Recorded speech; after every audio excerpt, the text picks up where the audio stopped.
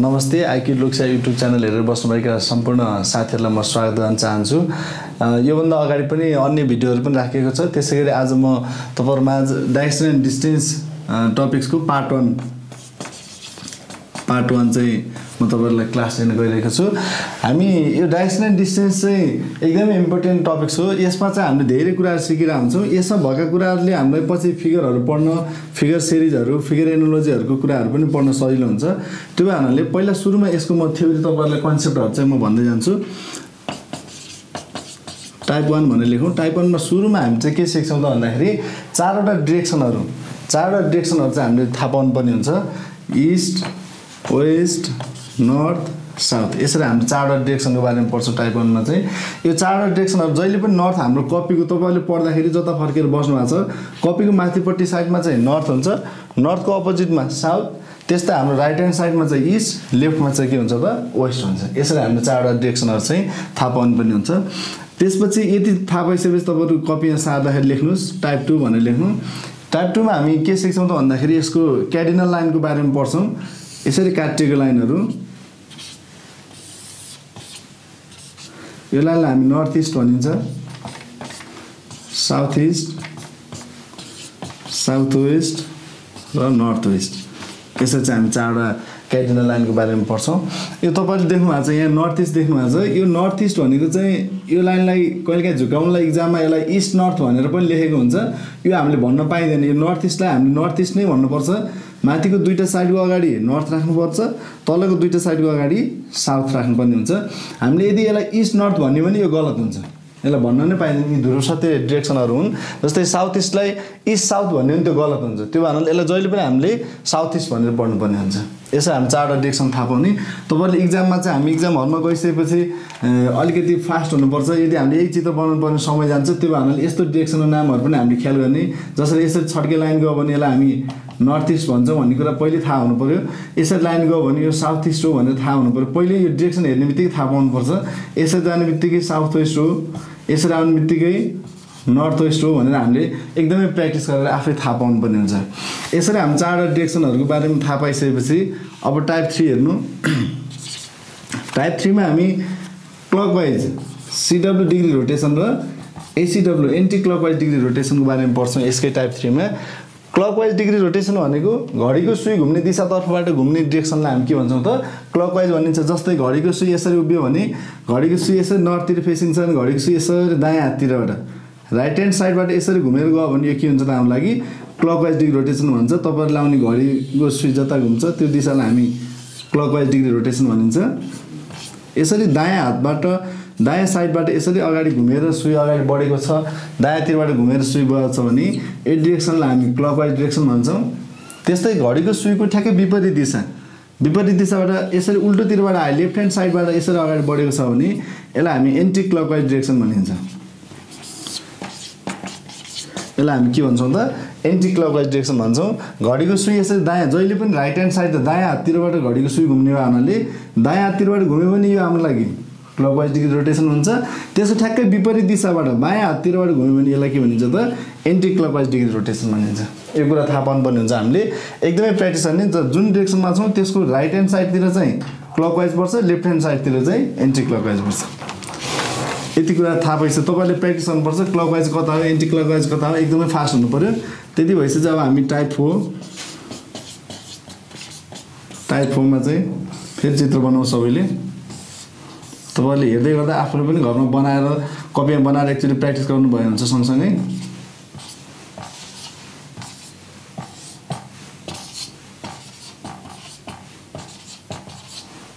South west, south east यसरी तपाईले degree बनाइसकेपछि अब हामीले टाइप 4 मा चाहिँ डिग्री रोटेसनको बारेमा पढ्छौँ। आइक्यू पढ्दाखेरि हामीले पढ्नुपर्ने डिग्रीहरू म लेख्छु। अब्जेक्टिभ क्वेसनमा जहिले पनि हामी 45 degree, 90 degree, 135 degree, 180 degree, 225 degree, 270 degree, 315 degree र 360 डिग्री यसरी हामीले अब्जेक्टिभ क्वेसनमा पढ्नुपर्ने डिग्रीहरू चाहिँ 45, 90, 135, 180, 225, 270, 315 र 360 डिग्रीको बारेमा पढ्छौँ।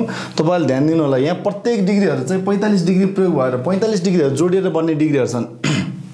जस्तै यो 45 भयो, 90 भनेको 2टा 45, 135 भनेको 3टा 45, 180 डिग्री भनेको 4वटा 45, 5वटा 45, 6वटा 45, 7वटा 45, 8वटा 45। यसरी चाहिँ सबै 45 डिग्रीहरू जोडिएर बन्ने डिग्रीहरू मात्रै हामीले पढ्नुपर्ने हुन्छ, अरू डिग्रीहरू पढ्नु पर्दैन।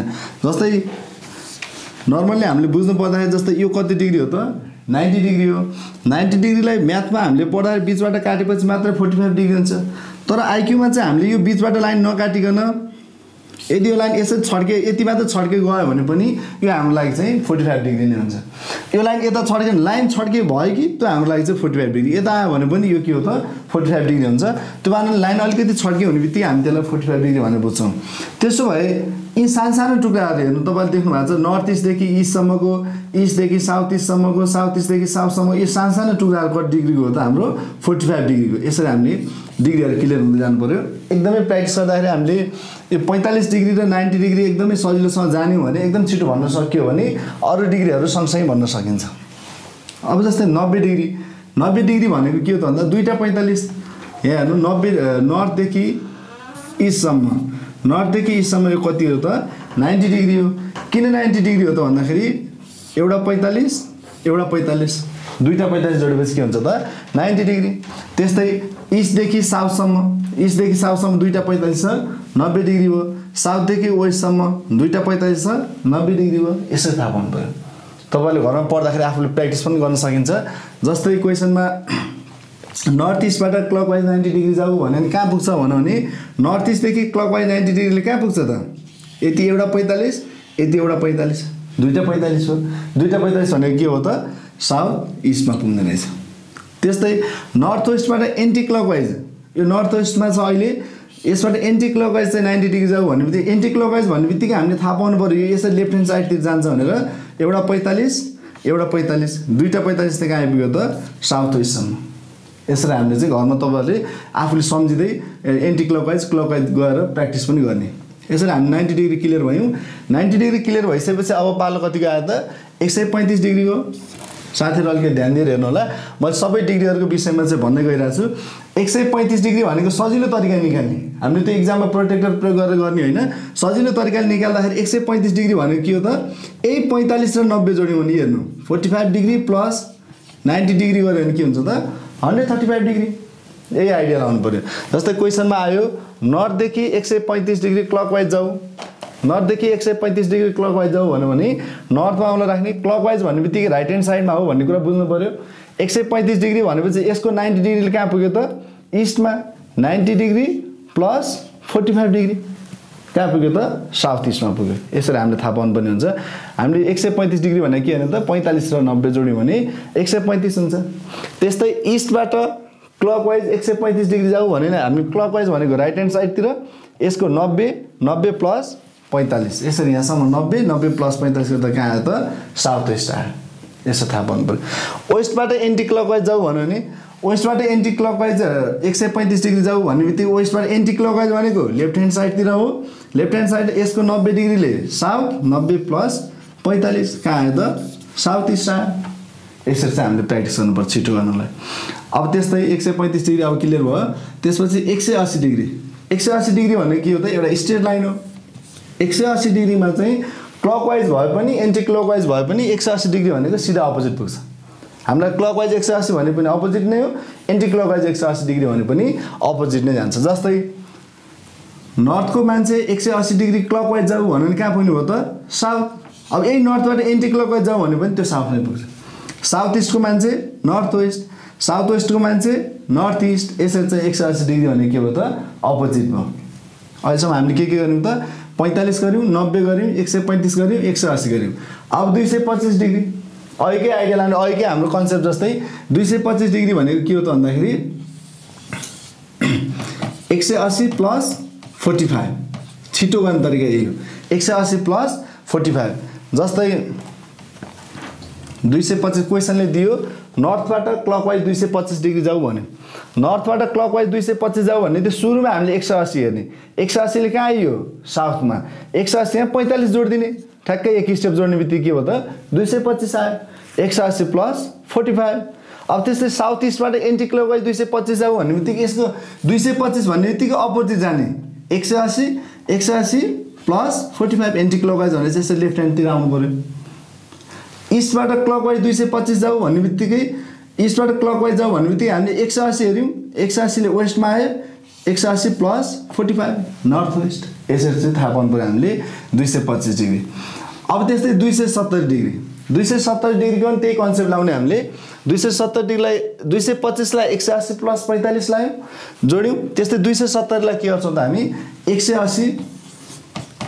180 डिग्री प्लस 90 डिग्री जोडिन्छ यही आइडिया लगाउने 45 र 90 जोड्दै जाने अन्तिमसम्म त्यही 45 र 90 खेल्न जानु पर्यो जस्तै अब 270 भनेको नर्थबाट 270 क्लकवाइज जाऊ भन्यो भने 180 ले साउथ 180 भनेको अपोजिट एकदम छिटो हेरेर थाहा पाउन सकिन्छ 180 प्लस 90 डिग्री 90 भनेको वेस्ट जस्तो अब नर्थ इस्टबाट क्लकवाइज 270 जाऊ भन्यो भने 180 ले साउथ वेस्ट 180 प्लस 90 यसो 90 जोड्दा कहाँ पुग्यो त नर्थ वेस्ट यसो थाहा पाउनु पर्यो साउथ इस्टबाट क्लकवाइज 270 जाऊ भन्यो भने 180 प्लस 90 यसरी जाने 180 मा 90 जोड्यो भने 270 हुन्छ अब त्यस्तै 315 डिग्री बारे म भन्छु ध्यान दिएर हेर्नु होला है 315 डिग्री भनेको क्लकवाइज एन्टी क्लकवाइज थाहा पाउने जता जान्छ त्यसको पछाडि एक स्टेप एन्सर हुन्छ जस्तै नर्थबाट क्लकवाइज 315 जाऊ भने क्लकवाइज यता हो राइट ह्यान्ड साइडतिर इस्टतिर हुन्छ एन्सर यतापट्टि एक स्टेप पछाडि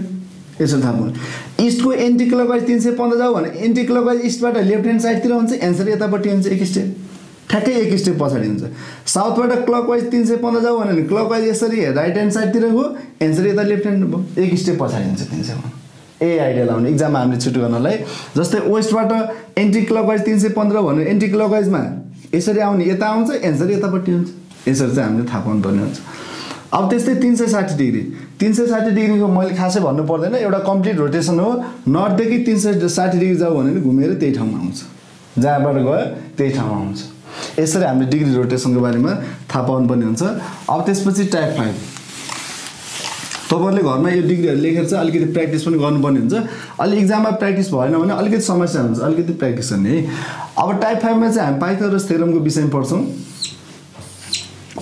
एचपीबी पाइथागोरस थ्योरम तपाईहरुले पढिसकेका छ पहिला म्याथमा पनि 19 मा पढ्नु भएको छ एच भनेको चाहिँ root under p square plus b square मानौ सपोज यो p र b हामीलाई 3 दियो र यो 4 दियो भने के हुन्छ त रुट अन्डर 3 को स्क्वायर प्लस 4 को स्क्वायर यो भनेको 9 16 यो भनेको रुट 25 यो भनेको 5 यसरी हामीले निकाल्नु पर्यो अब इक्जाममा लोकसेवाको इक्जाममा हामीले यसरी यो प्रोसेस अनुसार गर्दै जाँदाखेरि अलिकति टाइम लाग्ने भयो हामीले दुई चारवटा नम्बरहरु चाहिँ तपाईले आफैले ख्याल पनि गर्नुपर्छ जस्तै सजिलो नम्बरहरु पाइथागोरस थ्योरममा 3 र 4 प्रयोग गर्यो भने 5 हुन्छ 6 र 8 प्रयोग गरियो भने 10 हुन्छ 12 5 13 12 9 15 यसरी चाहिँ तपाईहरु दुई चारवटा चाहिँ ख्याल गरिरहनु होला यी नम्बरहरु सोधिरहनु इक्जाममा सोधिरहने नम्बरहरु हो यिनीहरु जस्तै 12 र 5 भयो भने 13 थाहा पाइहाल्नु पर्यो यो 13 कसरी आएको त भन्दाखेरि यही फर्मुला प्रयोग गरेर p square plus b square को फर्मुला प्रयोग गरेर 13 आउँछ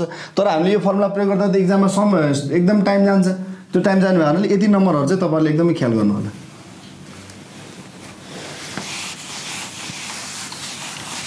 पाइथागोरस थ्योरमको क्वेशन चाहिँ कस्तो हुन्छ त भन्दाखेरि जस्तै राम कुनै ठाउँबाट 3 मिटर उत्तरतर्फ गयो आफ्नो घरबाट 3 मिटर उत्तरतर्फ गयो त्यस्तै दायाँ फर्के यसको राइट कता भयो त इस्टतिर 4 मिटर अगाडि बढेर अफिसमा पुग्यो भने रामको घर र अफिस बीचको दूरी कति होला भन्छ त्यस्तो अवस्था हामीले घर र अफिस बीचको दूरी निकाल्नलाई यसरी अफिस बीचको दूरी निकालिन्छ यो जोडिन्छ छोटो दूरी कति होला भनेर पनि भनेको हुन्छ यस्तो अवस्थामा 4 र 3 को पाइथागोरस थ्योरम प्रयोग गर्नु पर्यो h = root under p square plus b square यो एउटा फर्मुला हो तर हामीले प्र्याक्टिस गरेर थाहा पाउनु पर्छ नम्बर हेर्ने बित्तिकै थाहा पाउने 4 3 हुँदाखेरि 5 हुन्छ भनेर थाहा पाउनु पर्यो 5 भयो सिधै हामीले 5 मिटर भनेर लेख्नु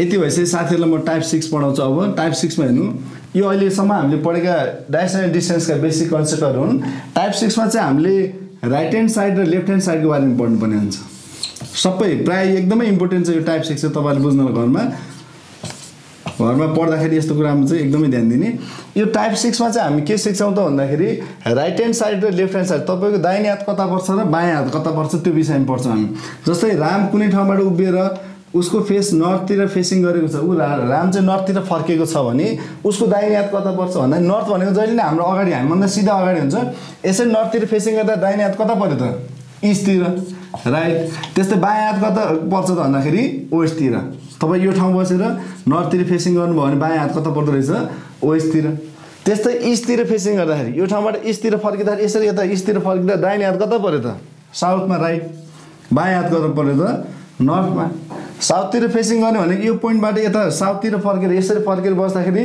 दाहिने हात कता पर्ने भयो त वेस्टतिर राइट लेफ्ट त्यस्तै वेस्टतिर फर्किँदाखेरि राइट लेफ्ट यसरी चाहिँ हामीले यो राइट लेफ्ट चाहिँ थाहा पाउनुपर्ने हुन्छ यदि कुनै तपाईँलाई डिरेक्सन र इक्जाममा चाहिँ अलिकति स्टुडेन्ट नर्भस हुँदाखेरि चाहिँ अलिकति आत्तिर अवस्था हुन्छ त्यस्तो अवस्थामा राइट र लेफ्टले झुकिन्छ तपाईँले पूर्व जाने मान्छेलाई राइट फर्काएर नर्थतिर फेस भएकोलाई दायाँ जानुपर्छ भन्ने ठाउँमा दायाँलाई तपाईँले बायाँतिर लाउनु भयो भने पूर्व जाने मान्छे पश्चिम पुग्छ त्यो भएर ती कुराहरूमा ख्याल गर्ने त्यस्तो गाह्रो भयो भने यस्तो कपीलाई सिधा माथि बनाउने जस्तो तपाईँलाई इस्टको चाहिँ अप्ठ्यारो भयो भने इस्टलाई आफ्नो सिधा माथितिर बनाउने माथि बनाउँदाखेरि राइट लेफ्ट परेर आउँछ तपाईँलाई वेस्टको गाह्रो हो भने वेस्टलाई आफ्नो कपी घुमाएर सिधा आफ्नो माथितिर बनाउने यसको पनि राइट लेफ्ट पर्छ ठ्याक्कै मिल्छ तपाईँलाई सबै 4वटा डिरेक्सनको विषयमा गर्न सकिन्छ